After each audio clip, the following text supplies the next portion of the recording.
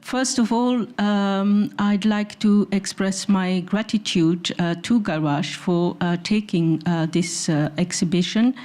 As far as I'm aware, this is the first time that the museum has organized an exhibition that has been solicited by an outside museum. So this was not set up as a traveling exhibition. And in addition, I think it's the first time that we have a show in a museum of contemporary art, which feels in a sense like a vindication, because the exhibition is based upon the acquisition of a collection of some 2,000 popular paintings a few years back. And at a time, that acquisition was rather contested within the museum. Some of my colleagues thought that this should not be a priority, that we should perhaps give or continue to give priority to the acquisition of colonial collections, while others thought that this kind of popular painting does not have the same quality as our so-called ethnographic collections. Whereas the aim that Sami Balogi and myself as curators of the exhibition set ourselves was precisely to show that this conventional distinction between so-called traditional or ethnographic objects and a so-called modern or colonial genre like popular painting actually does not work. And so this is in a sense what I would like to talk to you about today as well, to show that indeed there is no clear rupture, say, between so-called traditional and modern genres in the Congo, because Congolese artists, like artists everywhere in the world, they do not create ex nihilo. They obviously draw upon older traditions that they already know, and for obvious reasons, in the Congo, those older traditions are the so-called traditional or ethnographic objects. And at the same time, I want to tell you a bit more about the museum as well, with which I imagine not all of you are very familiar. This is the first time actually that I'm giving a presentation outside of Western Europe, the Congo or America. So I hope that I'm making myself clear, but if there are still any questions afterwards, do not hesitate to ask them. So this is a painting by Sheri Samba, who is the most or the best known Congolese popular painter. And it shows a story that most of us are familiar with, that is the influence of so-called traditional or ethnographic art upon the European avant-garde. Last week I was in New York, where I visited the Museum for Modern Art, which houses one of Picasso's most famous paintings, Les Demoiselles d'Avignon, which is often argued has been influenced by African ethnographic art, and some even suggest that it has been influenced in particular by this Bangu mask of the Pende in the DRC. Now, if that is the case, and it is rather doubtful, then Picasso probably must have drawn his inspiration from a book rather than an object, because we know that the first such Pende mask was only exhibited or entered a private collection in Paris in 1917, so some 10 years after Picasso actually executed Les Demoiselles d'Avignon. We do know that he was indeed heavily influenced by African art. To what extent Congolese art also was a part of it is lesser known, but we know that at least that he knew this particular statue, which was purchased by Henri Matisse, actually during the same period that Picasso painted Les Demoiselles d'Avignon. And here, for further reference, for those of you who are not very familiar with the Congo, is an ethnic map with the different regions. The Vili mask that you, the Vili statue rather, that you just saw comes from the coastal region where you read Congo, whereas the Pende mask comes, there you see Pende there, so Holo, Lunda, and there Pende. What is less known is that it has been argued that another modernist, Paul Klee, would have been influenced by drawings made by a Congolese artist, Gilatendo, who worked during the 1920s. And actually, it is during the 1920s that modernism in the Congo takes off, and not only in the Congo, but in sub-Saharan Africa in general, because Gilatendo and Albert Lubaki are not only the first Congolese painters to use modern materials, they are actually the first African painters to do so. Here are some examples of drawings by Albert Lubaki, and here are a few by Gilatendo. Now, both these men came to the attention of a colonial agent on the basis of mural drawings that they made on their houses. And this was a practice that was very widespread in Congo at the time. And what we know is that the decoration of the inside and outside of the houses traditionally used to be a female occupation, as it still is in some regions of the Congo, like here in Makwacha, in Katanga. But during the colonial era, it appears that there is a masculinization of this kind of drawings. So on the left-hand side is the famous courthouse of Nyangara.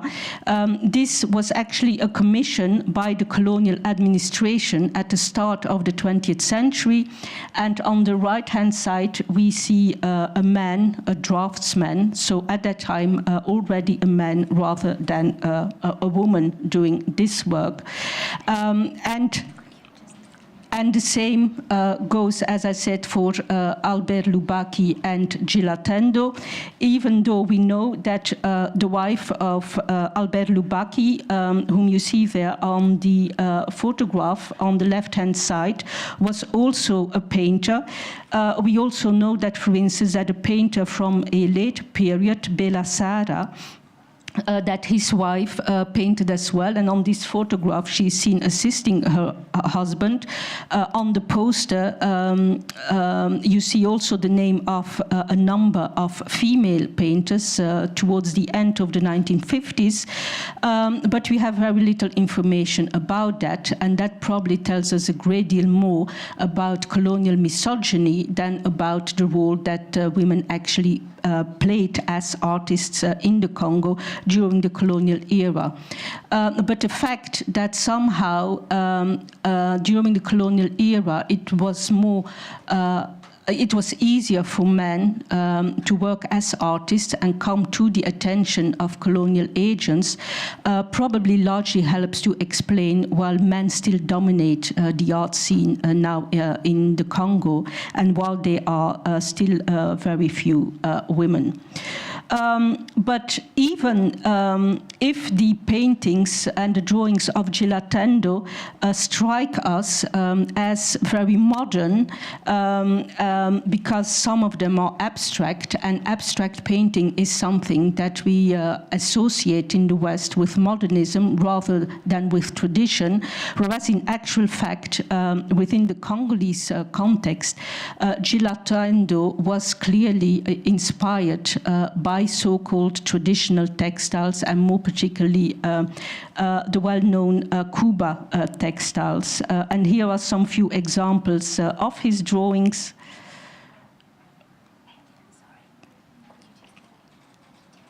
And then here are some examples of the Cuba textiles that seem to have inspired him. So that you can see that what is modernist in a Congolese context at the time during the 1920s drew as much inspiration, say, from the West in terms of the materials that were used, as it drew inspiration from Congolese traditions in terms of the motifs that were used.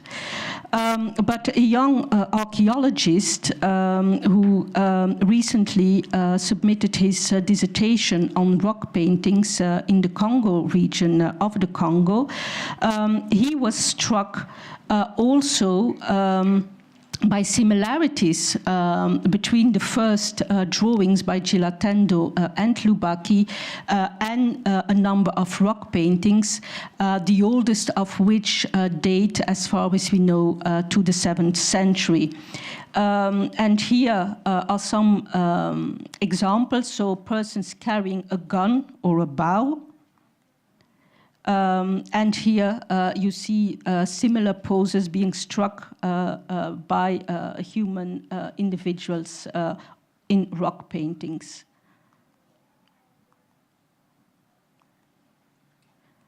This is perhaps not very clear.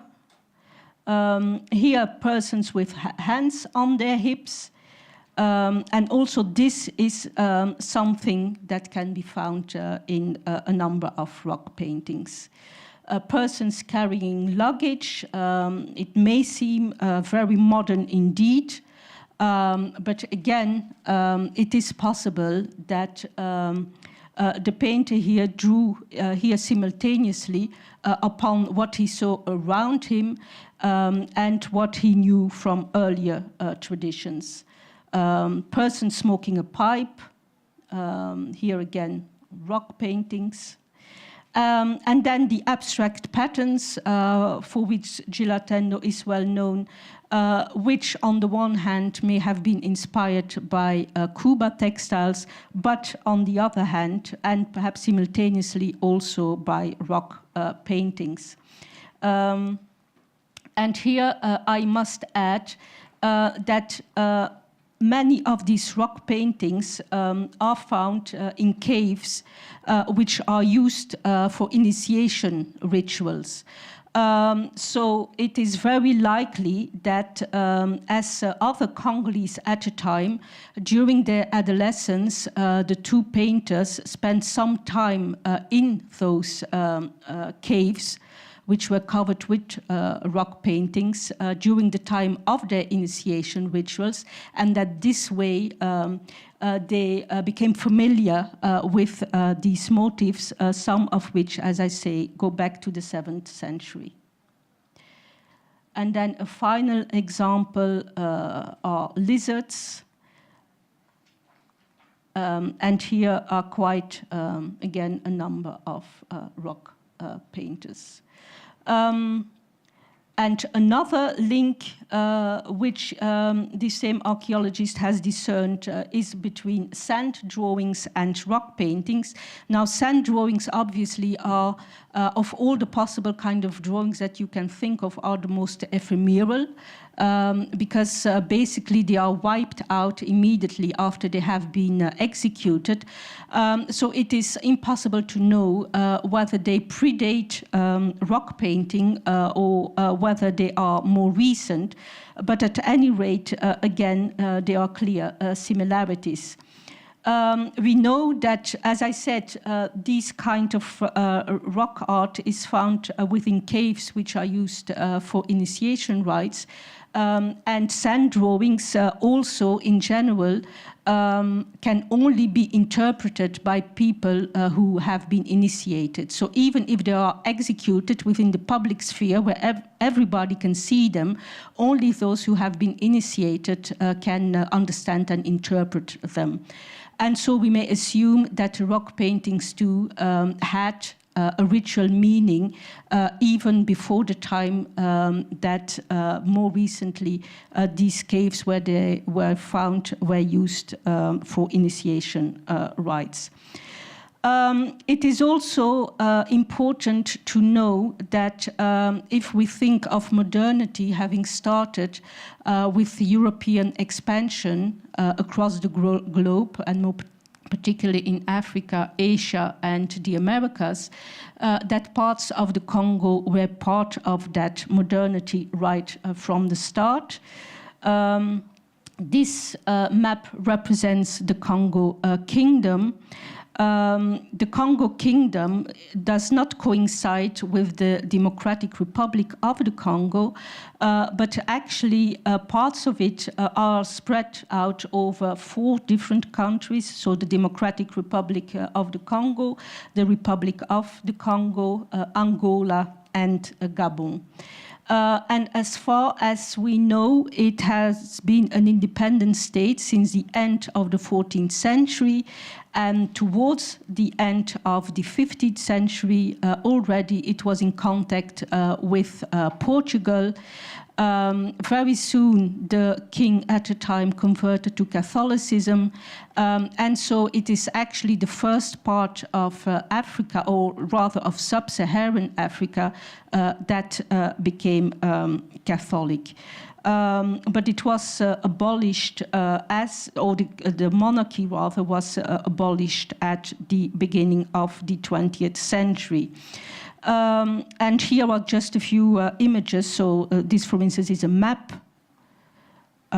This is an etching of the then capital, some etchings also of the court of the Congo king, the Mani Congo, as he was called. Ambassadors who were sent to Europe, crosses, a great many crosses which were made, Catholic crosses, which nevertheless also show the influence of Congo culture, and then the ruins of the cathedral, the Catholic cathedral that still stands in San Salvador in Angola. The relevance of this is that we know that right from the start, Congo artists started creating objects for the European trade market. So this is an example of what we can call early Congo tourist arts.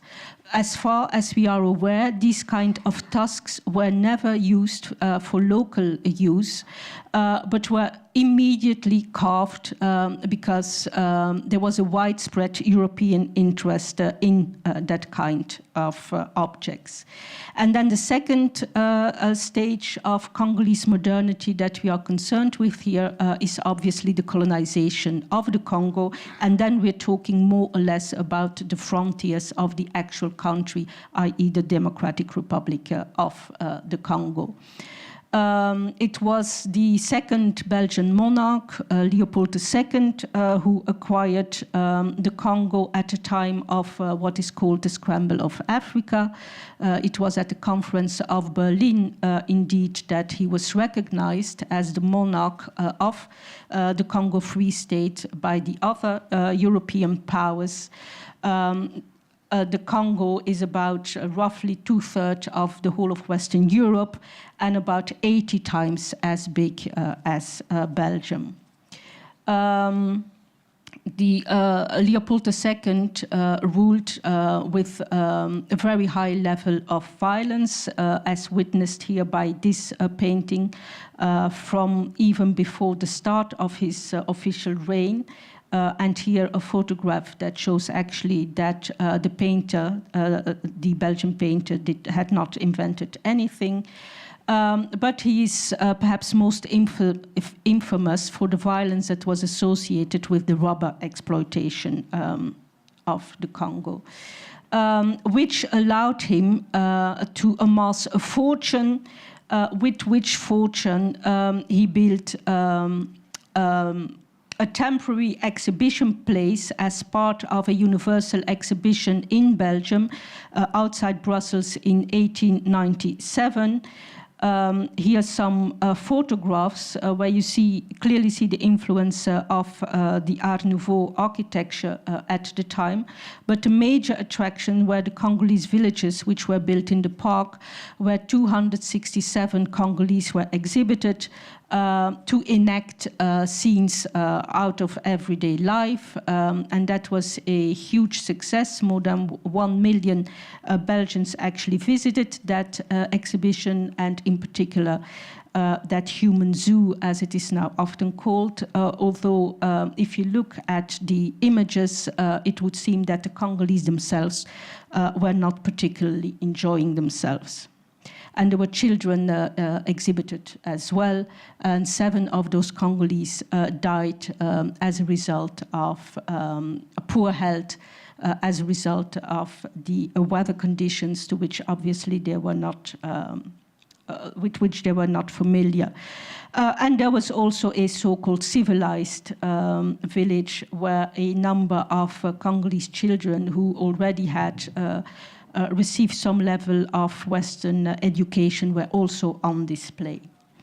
So it was as a result of this first temporary exhibition that the first objects entered the museum, and already at that time one can discern the influence of colonialism on the so-called traditional objects, because even if we now associate traditional Congolese objects with anthropomorphic representations, statues and masks, we know that in some regions at least, like for instance among the Mangbetu on the left-hand side, that it was actually as a result of colonial interests that local artists started to create more and more anthropomorphic statues, precisely because there was a demand for them on the European art market. And on the right-hand side, this is a representation of a Chinese, and indeed we know that the Chinese presence in the Congo does not date from the 21st century, but that Chinese were engaged to help in the construction of the first railway. And this also is an example of tourist art. It's a very beautiful object. It's considered one of the masterpieces of the Museum in Tervuren, but actually even if it looks as a musical instrument, you cannot make any music with it. Real musical instruments, on the whole, tend to be less aesthetically appealing, but they are functional, whereas this is exactly the reverse. It is not functional at all, but it is very beautiful. So in a sense, it is really an object that was never used in a local context, but that was really created to be put on display in a museum. Yes. So that temporary exhibition was such a huge success that Leopold II decided to build a new museum that could house a permanent exhibition. But two things happened in the meantime. The first one was that as a result of the scandal that ensued from the outrage pertaining to the violence associated with the rubber exploitation in the Congo, he was forced to hand over control of the Congo to the Belgian state. And then he died before the new museum was actually ready, and so it was inaugurated by his successor, Albert I. And this is a photograph of the historical museum building, and this is a view of the museum with the park, including the place towards the end where the Congolese villages were in 1897. The museum in Tervuren is often called the last colonial museum in the world because the last major renovation dates from 1958. And the occasion was another universal exhibition that took place this time in Brussels, not in Tervuren. And here we see a young Congolese girl being fed by Belgian visitors. And on this image, we see a young Congolese child actually being exhibited during that exhibition, which simultaneously was the last universal exhibition that took place in Belgium, and fortunately also the last at which Congolese people were exhibited as such. And so this last major renovation took place 2 years before the Congo gained independence in 1960. And one of the most contested objects in the museum is this statue of the Leopard Man, which was commissioned for the museum by the Ministry of the Colonies, which financed the museum until 1960. So it was commissioned in 1911. And this is how it was exhibited until the end, when the museum closed its door for another major renovation at the end of 2013. It's a very contested statue because it represents a particularly negative image of Congolese as being savages who kill innocent people in the disguise of a leopard, whereas in the meantime we know that this kind of representation owes more to colonial fantasy than to Congolese realities on the ground. And this also helps to explain why, when we asked Sheri Samba in 2003 to paint a painting for the museum, he created a painting that asks for the reorganization, the renovation of the museum, which is symbolized here by a tussle between the white museum staff and Congolese over that same statue of the Leopard Man, which, according to most Congolese, has no place in a contemporary museum on Africa. And so with this popular painting, I want to come back now and look in a bit more detail about on Congolese popular painting. When did it start? Well, actually, the history of Congolese popular painting is not very well known, because at the time when it probably first emerged, there was very little interest on the part of colonial agents. But from our archives, we know that the first paintings appear in photographs that show the houses of the upcoming middle class, the urban middle class at the end of the 1950s. And here are 3 examples of such photographs with paintings on the wall. At the time, the colonial administration created a journal called Nos Images with many images, and we know that these were very popular, and that the first painters also heavily drew upon such images to actually create their first paintings. And so, whereas in the West we have the tradition whereby painters first started painting after life, and only after the development of photography started to draw inspiration from photography, in the Congo, painters actually skipped that first phase and right from the start drew inspiration from photography. Now, this is a painting that is not on display in the show here, because it's actually forms part of a collection that has become available only very recently. We have very little information about the time of its execution. execution.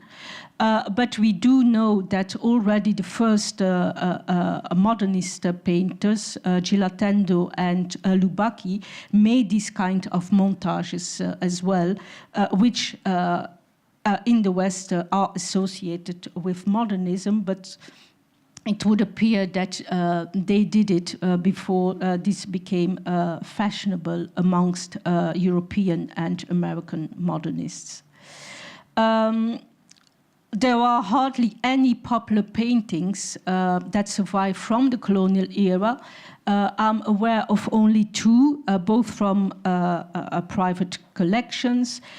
This one was painted in 1959 after the visit of King Baudouin of Belgium to the Congo. And if you are Belgian or even Congolese, you will immediately see that the three figures that you see there are actually wearing the colors of the Belgian flag, so black, yellow, and red. Vive le roi, Baudouin I, so long live the king Baudouin I. The man there is going up an escalator, which is reminiscent of the escalator of an aeroplane. And as a matter of fact, the text says Namputu, and Namputu means to Europe. So it is probably the king taking the airplane to Europe. And what is also interesting here is that Mputu means Europe, but originally it refers to Portugal. Portugal Mputu, and this obviously goes back to the first relations between the Congo Kingdom and Portugal at the end of the 15th century, to which I already alluded. And then this painting was painted at the end of 1960 and represents the festivities at the occasion of independence on the 30th of June 1960. In Elisabethville, and that is also significant because barely a few days after Congolese independence, Katanga, which is the province where Elisabethville is situated, seceded from the Congo. So it may very well be that the painter made this particular painting precisely because he himself was not in favor of Katangese independence. But as I said, these are about the only paintings that I am aware of that have survived colonial times. The only other paintings that we have from the time were paintings that were generally commissioned by Europeans, some of whom created the first so-called art schools. And I say so-called art schools because, as a matter of fact, they did not offer any formal training. What they did was that they provided Congolese artists with material and working space. And then the founders of these so-called art schools bought the paintings and subsequently sold them to European patrons in the Congo or in Europe. And what is striking here, for instance,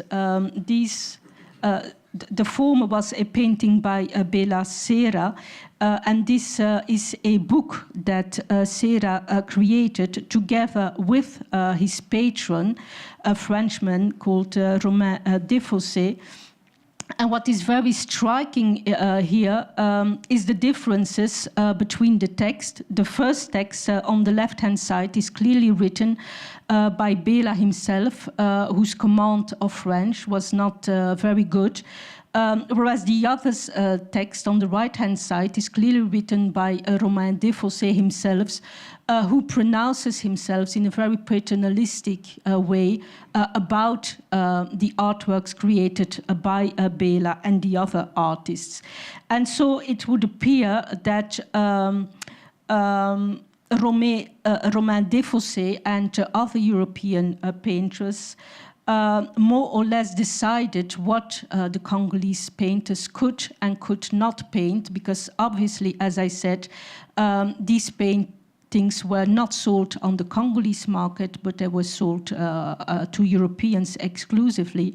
And that probably explains the complete absence of any references or any direct references to the colonial society in which these painters lived, and the widespread representation of landscapes, natural scenes, etc. Here is the youngest of the painters of that same so-called school, Mwenze Kibwanga,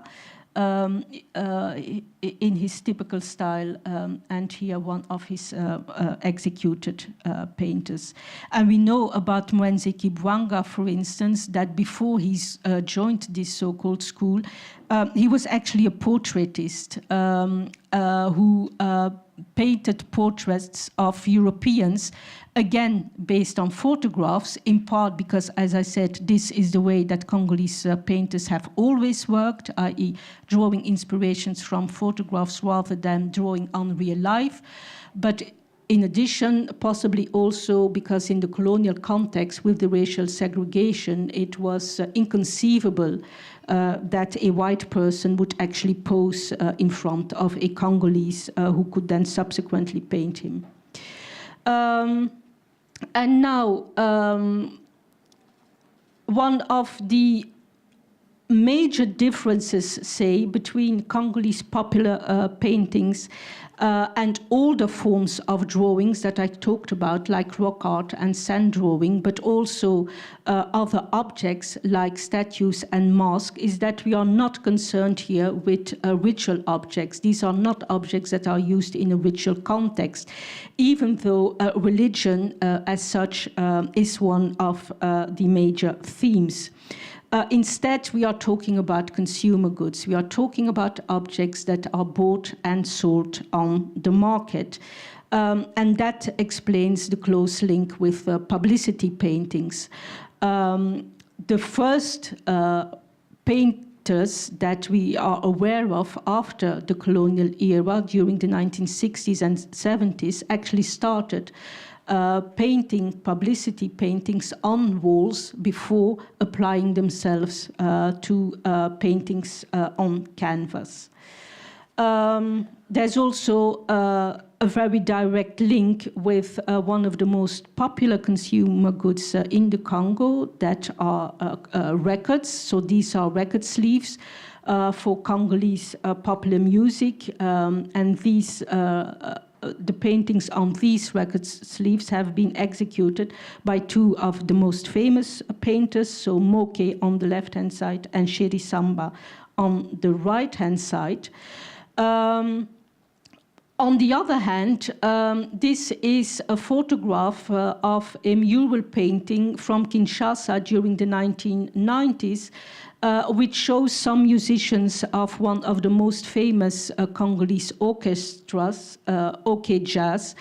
So there is a link with publicity painting, but it is not a publicity painting as such. So it is not as if the leaders of OK Jazz or a music company or any other commercial enterprise has actually paid the painter to execute this painting, but it is quite common to find on the walls in Kinshasa these kinds of paintings that pay tribute to musicians who are the most popular artists in the Congo, far more actually than the painters who represent them.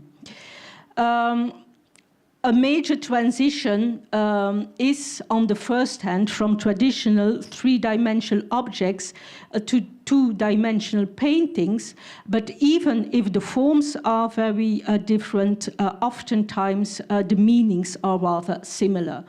And here we see another transition, and this goes back to the previous slide, which, as I said, showed some musicians of OK Jazz. This painting, which is in the show, is called Scène de bar, so scene from a bar. But everyone who is familiar with Congolese popular music will easily recognize Luambo Franco, who was actually the founder of OK Jazz.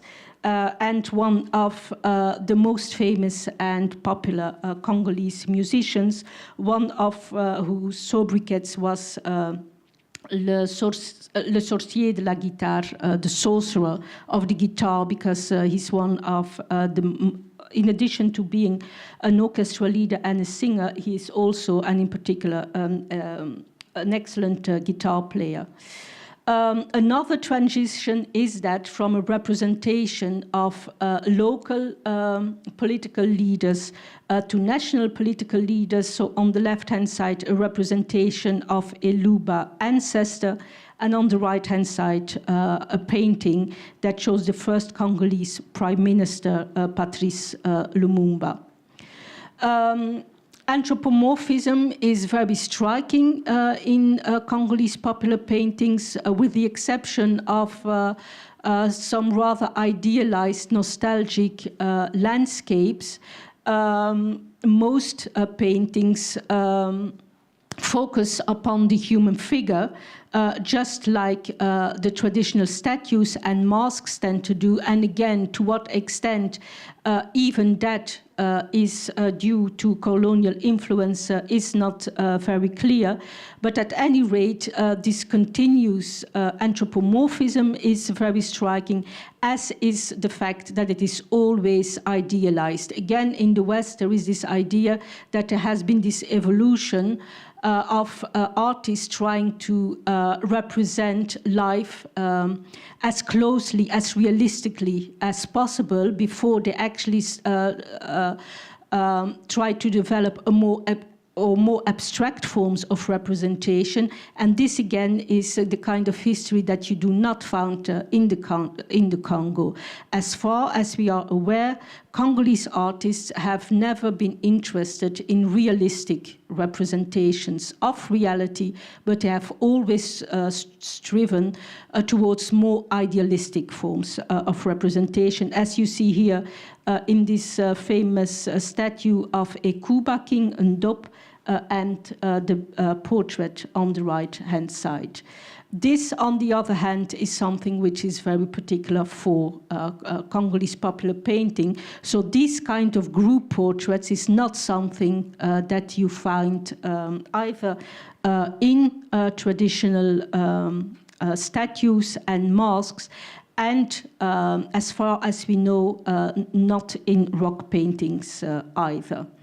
And then another common thread is didactism. So on the left-hand side is a pot lid which shows a proverb. And until the beginning of the 20th century, among the Woyo, it was a common practice that when a wife had some problem with her husband, rather than talking to him about that discreetly in private, she would make a public statement by putting a lid with a particular proverb referring to the problem that she wanted to discuss when bringing him his food. And food at the time, as is still often the case, is consumed in public.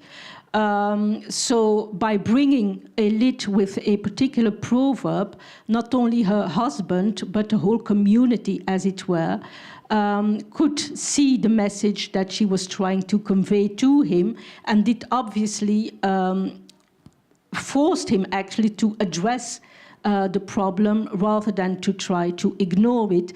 And the same kind of didactism is found in popular paintings as well.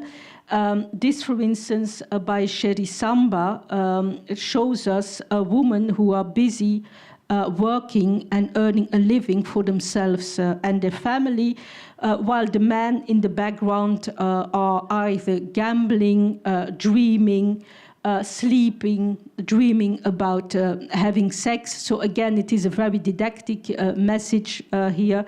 in a humorous way, which also refers to an everyday reality, that as a result of the economic crisis, which means that either most men are unemployed, or if they are civil servants, they are not paid on time or not paid at all. So under those circumstances, most families in an urban context can only survive thanks to the economic activities of the women of the family. Here, two objects which appear very different, but which actually have a message which is very similar. The mask on the left-hand side represents Europeans as a monster, which has two heads and obviously also two mouths, i.e. a European is someone with a big appetite. And this mask was made before the Pende Revolt in 1931. So the Belgian colonial administration reintroduced the forced cultivation of crops in 1970s. And so the Pende, for instance, they were forced to cultivate palm oil. And during the end of the 1920s, which was also the time of the big economic crisis in the West, they had to work even harder as usual, and so they started revolting against that. And so this mask actually refers to the violent exploitation of the palm oil. So the European is represented as a cannibal, either in a literal sense, someone who literally eats the flesh of the Pende, or perhaps in a metaphorical sense, in much the same way that Karl Marx represented the capitalist as a vampire who sucks the blood of the proletariat, i.e. who can only enrich himself by exploiting the labor of others. And we see a similar representation in the painting on the right-hand side, which was made during the 1970s, but which refers to an urban legend which first started circulated during the 1920s, so after the reintroduction of forced labor, and which became very widespread during the Second World War, when again, because of the so-called war effort, Congolese had to work very hard indeed to contribute to that war effort. And so here Europeans are once again represented as cannibals who actually during the night try to capture Congolese who are out on the streets in order to imprison them, fatten them up, kill them, and then put their flesh into canned tins, which are then transported to Europe to be consumed there by Europeans. So once again, a double interpretation is possible, i.e. a literal interpretation, Europeans are cannibals, or otherwise Europeans have only managed to win the Second World War through the exploitation of the Congolese workforce. This is the most stereotypical representation of the Belgian colonial rule, and so it refers clearly to physical violence, a Congolese prisoner who is whipped by a Congolese soldier under the watchful eye of a Belgian officer, with a number of other prisoners in chains. But one major theme in popular painting are also everyday preoccupations, and history and the political situation is one of these everyday preoccupations, and it is actually possible to read the history, the colonial and post-colonial history of the Congo on the basis of popular paintings. And here we see, for instance, the first painting above on the left refers to the riots that took place in Leopoldville, the capital of the Belgian Congo, on the 1st of January 1959, and which were the direct how shall I put it, the direct reason for independence on the 30th of June 1960. And here we see how the first Prime Minister, Patrice Lumumba, literally chases away Europeans by the power of the famous speech that he gave on the day of independence. On the painting on the left-hand side at the bottom, we see how Mobutu, who started his career, who is the person in the middle, as the secretary to Lumumba on the right, actually gains from the quarrel between the first president, Joseph Kasavubu, on the left, and Lumumba on the right, and then on the right-hand side becomes complicit in the assassination of Lumumba, who is here portrayed as Christ, who is betrayed by Mobutu on the right-hand side in much the same way that the historical Christ, according to the Bible, was betrayed by Judas. And then Mobutu seized power through a coup in 1965, and initially he was heralded as the savior of the Congo, which at the time had suffered from a civil war, a very brutal civil war that had claimed millions of lives from 1960 to 1965. But after 32 years, the Congolese grew weary of his dictatorship, and then in 1997 he was chased from power by Laurent Désiré Kabila, the father of the current president, Joseph Kabila. And so at the bottom, you see how Laurent Désiré Kabila, here in the forefront, chases away Mobutu, who actually leaves the country. And then another link between so-called traditional objects and Congolese popular paintings are that they all can be considered power objects. And that means objects that can make a real intervention in the world.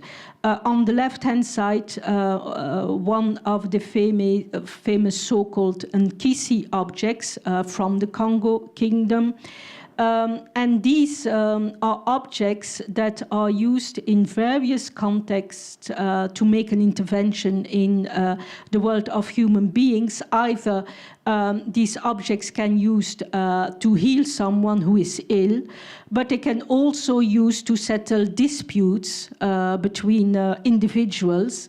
So the idea is that through a ritual intervention, they can actually, how shall I put it, put an end to an imbalance that exists in the world of human beings, whether it is a dispute, whether it is an illness, etc. And a popular painting actually serves a similar purpose, i.e., the point of popular paintings is that they are there to make people think and reflect and subsequently discuss of their current situation, what is going on in the world, what is wrong in the world, what happened in the past, what is happening now, what will happen in the future. So the idea is that these paintings serve as conversation pieces, as someone has called it, i.e. that they are there to oblige people to reflect about their human condition and how to address any problems that may occur, whether it is didactism, as I said, so the idea, for instance, that they can be used to teach children a specific lesson, or whether they can indeed be used to reflect upon the current political, economic situation, etc. And that means that, like older so-called ethnographic objects, they have to be socially relevant. And in that sense, they are popular because their meaning can be shared by all people in society. So on the left-hand side, an example of the kind of statue that was put on graves in the region of the Congo Kingdom at the beginning of the 20th century, which also showed the influence of colonialism with the hat, the bottle, the suit, etc. And then on the other side, a representation of a funeral, which shows that people are so poor now that they cannot afford to transport the dead to the graveyard in a car, but that they have to make do with a barrow. And one of the consequences of the fact that popular paintings are power objects, which are socially relevant, is the widespread use of repetition. Because like an older ritual objects, these paintings need to have a certain efficacy in order to do what they are supposed to do, i.e. make an intervention in the human world and put right what was wrong. And that explains while Bogumil Yevsiewicz has compared both the painter of popular paintings and the sculpture of so-called traditional statues and masks to a jazz musician. Just like, as I said, the representation of the Belgian colonial rule is also very stereotypical, and you see that with so-called traditional objects as well. In our collections, we have rows and rows of statues and masks and other objects which look very similar. And the reason, as I said, has got to do with efficacy. If these objects have to make a certain intervention in the world, then it is important to know which objects are the most powerful.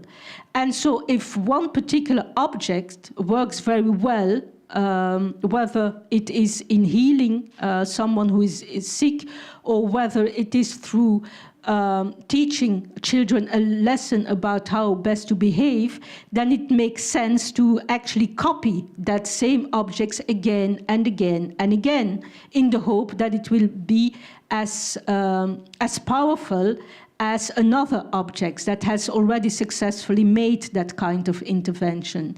And for Congolese popular painters, this was one of the major problems when they became popular on the international art market, that all of a sudden they were asked not to make the kind of painting that they had previously made, but rather a painting that was completely new and original and unique.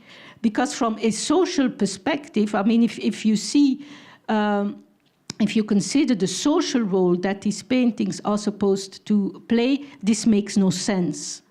An object that is completely unique, that is made only either because it is the representation of the most individual thoughts of the artists, or because it is made for a single individual who buys it, serves no social purpose, and therefore cannot do the work that from a Congolese perspective it is supposed to do. So that was one of the things that the Congolese painters had to learn when they started getting international clients, that whereas their Congolese clients prefer them to make the kind of paintings that they are already familiar with, the European and Western clients in general prefer paintings that are completely unique and very different from other paintings that already exist. On the one hand, in order to be able to interpret a painting, you have to know the codes. Le voyageur qui ne savait pas lire, the traveler who could not read, is the title of this painting, and the implication is clearly the traveler who cannot read is lost, he will lose his way. And in much the same way, if you do not know the codes of popular painting, the code that most Congolese are familiar with, you will not be able to interpret what message the painter actually tries to convey.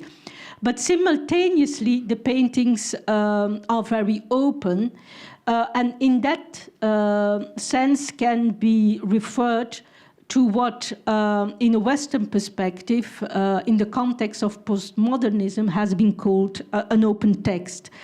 So an object that can be interpreted in very different ways by very different individuals.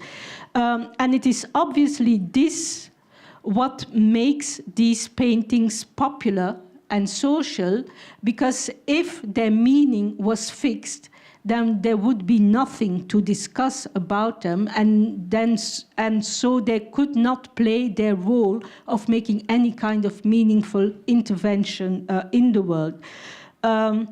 So this painting represents a leopard with a prey, a bloody dead prey in its mouth, and it may be just that, two animals, so simply a scene from nature. But it could very well be that there's also a political meaning behind it, and that this is a reference to Mobutu, so the dictator who was widely associated with the leopard, and so that it may also perhaps refer to the brutality and the violence of his rule over Congolese. And then popular painting remains very much an ephemeral art. So these kind of wall paintings, as you see on the photograph on the left-hand side, traditionally only lasted one season because they were made with natural pigments. So they were applied during the dry season, and then when the rain season came, then obviously they were washed away.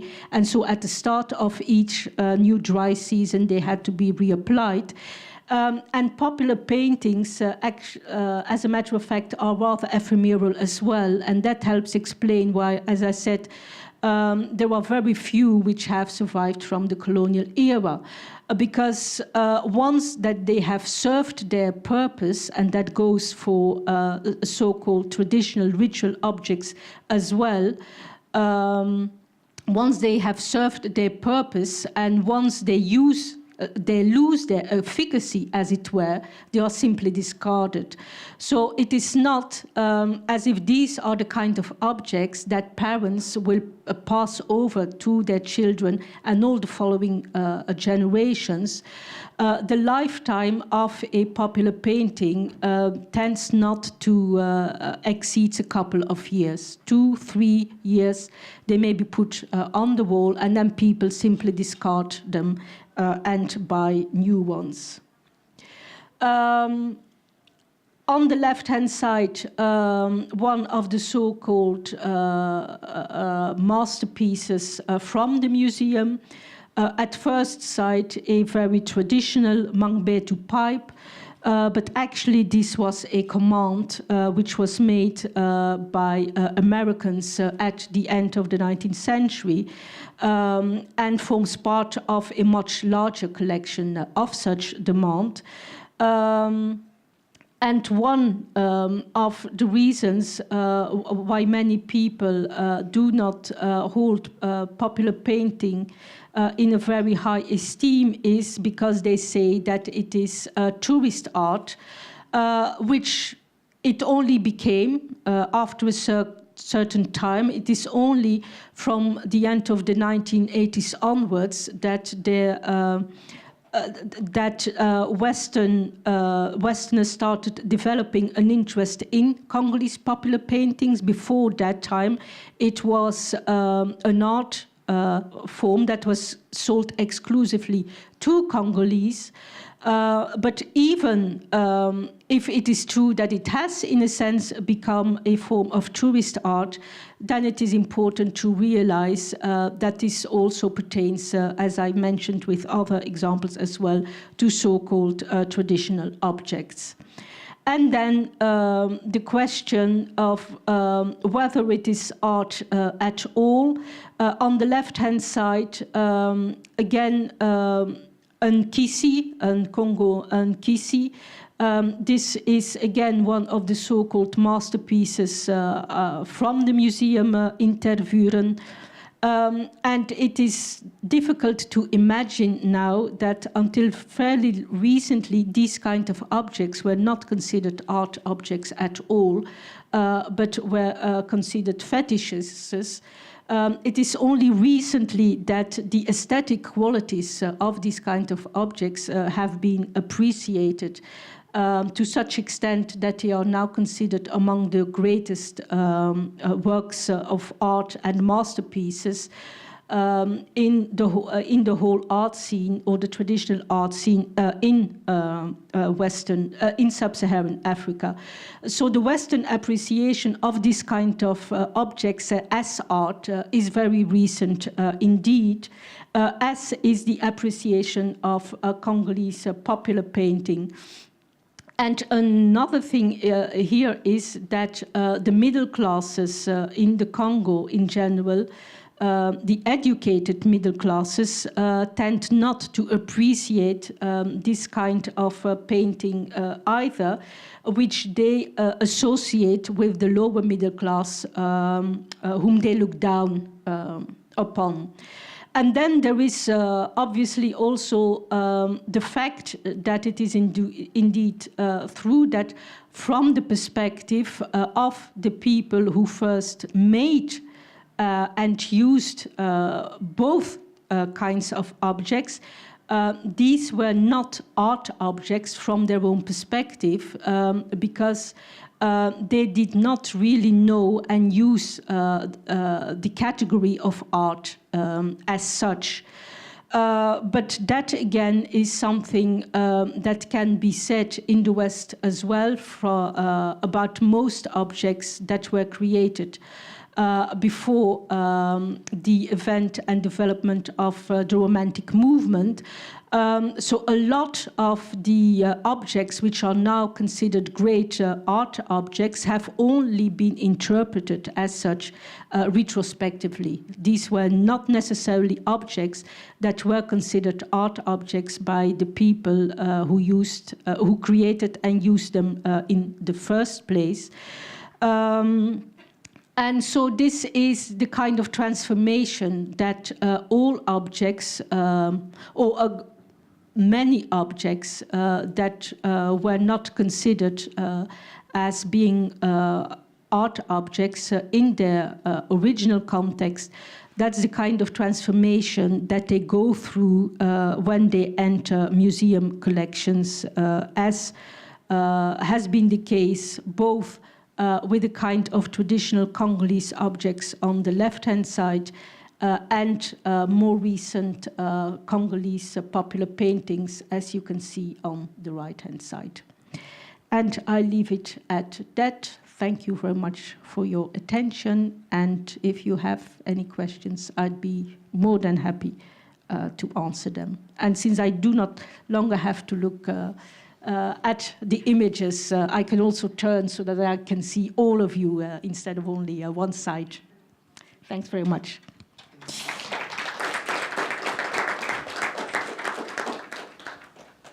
Thank you, Bambi, for a beautiful lecture. I wanted to ask that, as I understand, the popular painting is not so popular now in the Congo, and you frequently go there. And can you please maybe tell a little more about what substitutes the function, what images substitute the function of popular painting in Congo now, in contemporary Congo?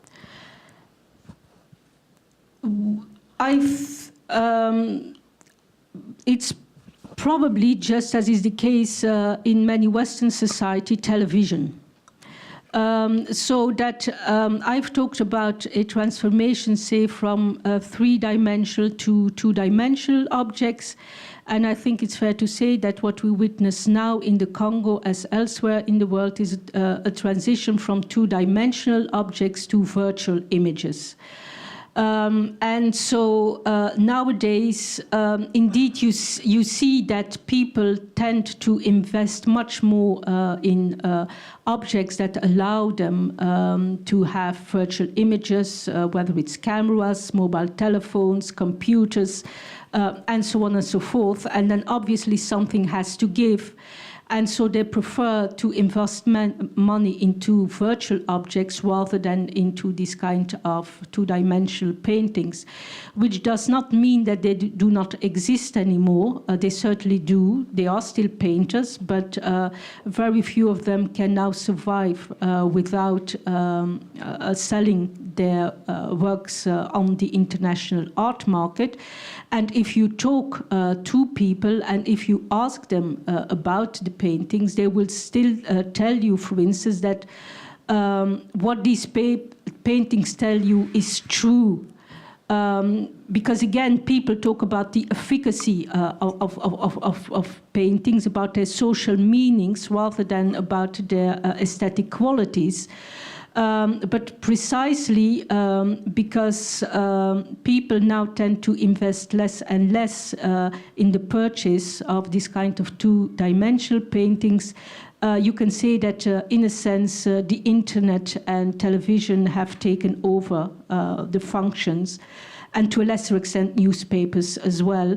A widespread phenomenon that you have in the Congo are the so-called parlements debout. So that is men who gather in the public space around the newspapers that have recently been printed to discuss them.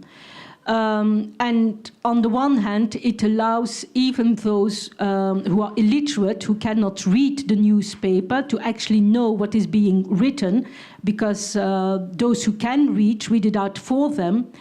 But it allows for the same kind of thing, i.e. reflection upon what is going on in society, what is wrong, what is right, and if something is wrong, how can we put it right? So in a sense, that is the same kind of function that popular paintings had.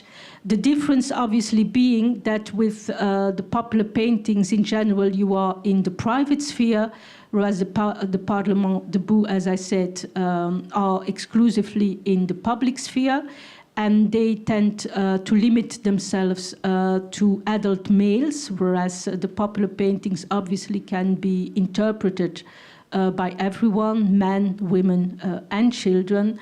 But then again, this is something that images on the internet and on television also allow, i.e. to be interpreted and discussed by all sections of society. Hi, I have a question regarding this dichotomy between popular art that is supposed to be copied and copied over that you mentioned, and the demand from international art market for unique pieces. I'm just interested, how did they resolve it? And another follow-up question is, what do you see in store for Congolese artists now? Do they have to, go back to traditions and re-explore them like many artists from other countries do, or do they, find their own style? What do you see as, the trend for artists now? How do they develop? Well, I think that those Westerners who really take an interest in Congolese popular paintings, and there are quite a number of collectors, at a certain time begin to understand and realize the interest of this theme of repetition as well, and so that after a while they are not really hostile to it. At the same time, what you do see, and this obviously is a way of individualizing paintings, is that they give certain commands to the painters. to represent certain themes. And as I said, this is a way to individualize the paintings so that they do have a rather unique quality. And this is something that the painters are willing to accept because they have to survive. But at the same time, the implications or the idea that, as I said, if what you make does not only reflect your most individual thoughts and ideas, but also has a social always has a social meaning, that means that one way or the other, you always have to take into consideration the ideas and the preferences of a wider audience. So this is something which from a Congolese perspective is actually rather normal. And that's why, as I said, you see the same kind of repetition in so-called traditional objects as well.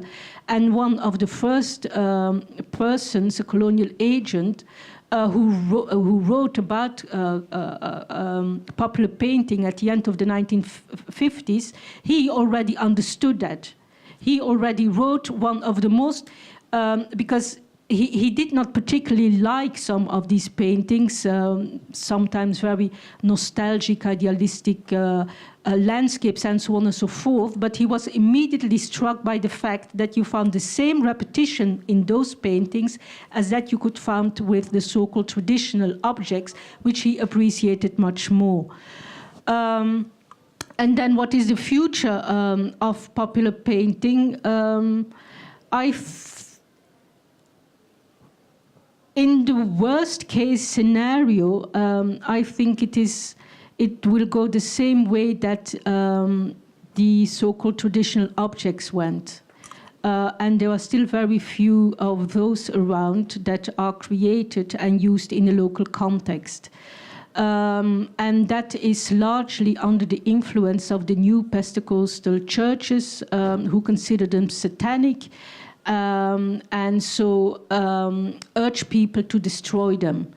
And that is also another threat for Congolese popular paintings, because some of those Pentecostal churches consider all kinds of human representations as demonic and diabolic that should be destroyed.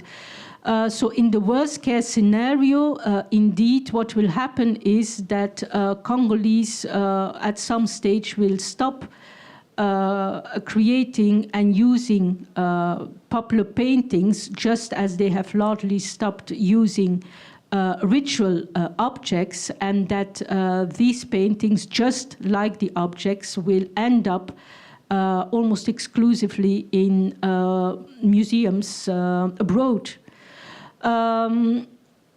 But on a more optimistic note, Kinshasa now has a museum for contemporary art with thus far a very small collection, but at least a director who actually did his PhD dissertation on Congolese popular painting.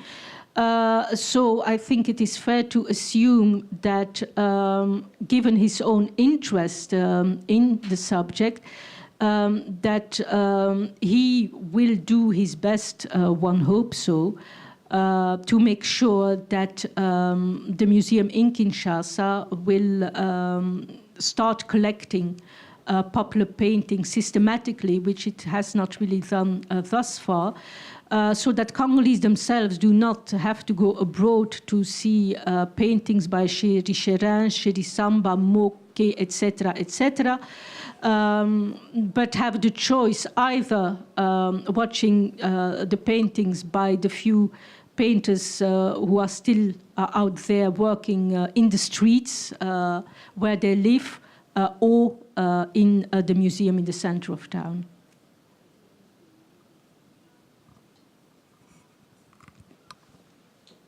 First of all, thank you for your lecture. This popular painting tradition that you described, would you say that it is something strictly unique to the DRC, or are there similar artistic traditions in other Central African countries? And in general, would you say that there is a unified visual culture in Central Africa, or is it a collection of more or less isolated national artistic traditions? No, Congolese popular painting is not limited to the DRC. As I said, the first painters in sub-Saharan Africa to start working with modern materials were Congolese. And by and large, I think it is fair to say that the quality of popular painting is higher in the Congo than elsewhere in sub-Saharan Africa. But within the Congo itself, there are also differences. On the whole, the artists who work in Kinshasa, which is not only the political capital, but also the cultural capital of the country, is also higher than in other cities. Having said that, generally speaking, Jan van Sina, who's one of the most foremost historians of the Congo, has argued that one can consider it largely as a single cultural zone, with the inclusion of some frontier zones. Obviously, like as I showed you, the frontiers of the ancient Congo Kingdom do not coincide with the frontiers of the actual Democratic Republic of the Congo. But by and large, for instance, it's very striking. For instance, I showed you the photographs that I showed you from the sand drawings were made by the Chokwe, who live actually rather far away from the rock paintings that I showed you with similar images. And it does beg the question, to what extent can we then actually interpret these similarities? Is it a matter of cultural exchange? Or is it indeed that within a wider region there is a long history indeed of the representation of similar images? Albeit obviously that their meaning can be very dissimilar. But we know, for instance, also for certain initiation rites to which I referred, that some of those are very widespread over a very large region. So by and large, I think that most historians and most anthropologists would agree that to a greater or lesser extent, most parts of the Congo do form a single cultural area.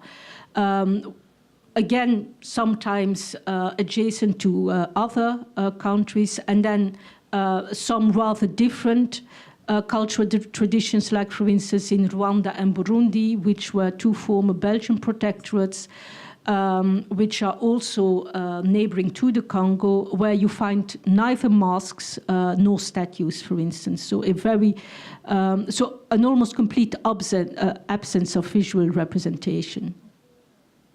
Thank you very much. One more quick question, if I may. There were a number of paintings of mermaids, like this one. I was wondering, is it something that comes from Congolese folklore, or is it strictly something that came from European folklore and is used only in so-called tourist art? No, there's a huge literature on sirens, and they can be found from sub-Saharan Africa to the Caribbean. So it is now generally thought that this is probably the result of the transatlantic slave trade. So that it's indeed the first inspiration are European sirens, which have been adopted throughout Africa and also in the Caribbean. And in the Congo, for instance, the representation is not limited to the regions that border the coast or even the Congo stream. But a lot come, for instance, also from Lubumbashi, which sits not near any water at all, neither salt nor sweet. So yes, it's a very widespread image, and what is also interesting about it is that it seems to be a kind of criticism on the capitalist system, because the siren is a seductress, and actually, in return for her favors, a man has to offer one of his nearest kin in order to make his fortune. And in that sense, it can be interpreted, as I said, as a criticism of capitalism, and at the same time, as, how shall I put it, as sending a message that one should ultimately continue to rely upon African notions of solidarity and the family. So that there is something very wrong when people are willing to sacrifice their own nearest and dearest, their parents, their children, their spouses, and so on and so forth, for making material gain. Because what's very striking in representations of mermaids is that they are always represented with consumer goods.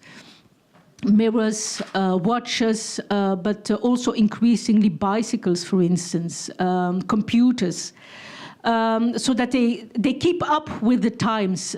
So the representations always, as it were, represent the latest must-have capitalist goods that you must have in order to be a cool person, as it were.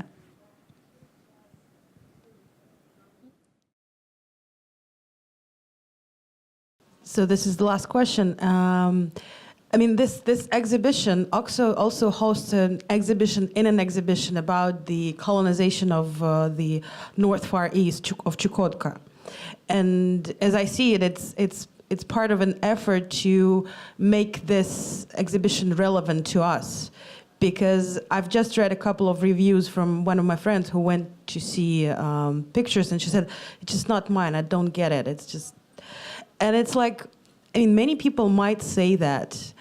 And I was just wanted to know your opinion. What do you see any other relevant, links to Russian culture, history, or whatsoever within this exhibition, except for the Chukotka part, which is also there? I'm afraid that as far as Russian culture is concerned, I'm all familiar with Russian literature, which is my favorite, and I can't think of any connection really offhand between Russian literature and Congolese popular painting. Although I would imagine that this kind of, or that there must, or that there might be a similar kind of popular representations in Russia as well. As, for instance, indeed, in the exhibition, within the exhibition, I would be very surprised if someone told me that this is something which is rather exclusive in the whole of Russia. And actually, our collection, or the collection that served as the basis for this exhibition, was gathered by Bogumil Yevseevicki, who was born in Lithuania, which at the time was part of Poland, and who trained as a historian, not an art historian at all. But when he went to the Congo, he developed an interest in it because he first thought, rather naively, as he said afterwards, that he could see similarities between Congolese popular painting and then the folklore that he was familiar with within a Polish context. One obvious difference, obviously, being that with Congolese popular painting, we are practically mainly concerned with an urban genre, whereas the folklore that he grew up with tended to be rural rather than urban. But there is a an increased interest also among historians in urban popular culture, certainly in Europe. And so I would be very surprised if there was not literature on this, on that topic and similar topic within the context of Russia. But as I said, I know next to nothing about it, so quite a lot of country. I would ask you if you can think of any connections. Please tell me, because I certainly would be very interested in learning more about it. And I have been informed that our time is up. But if there is someone who still has a question, I'm quite happy to stay around a bit and answer you in private. So thank you very much.